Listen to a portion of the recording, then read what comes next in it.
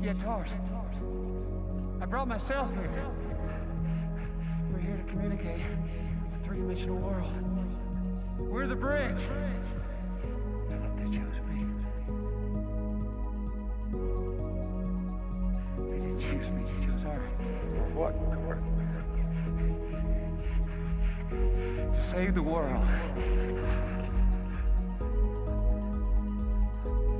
All of this is one little girl's bedroom. Every moment.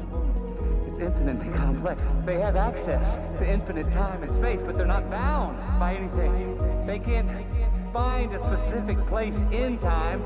They can't communicate. That's why I'm here. I'm gonna find a way to tell Murph, just like I found this moment. How? Love, Tars, love.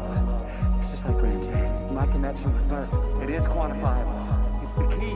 What are we here to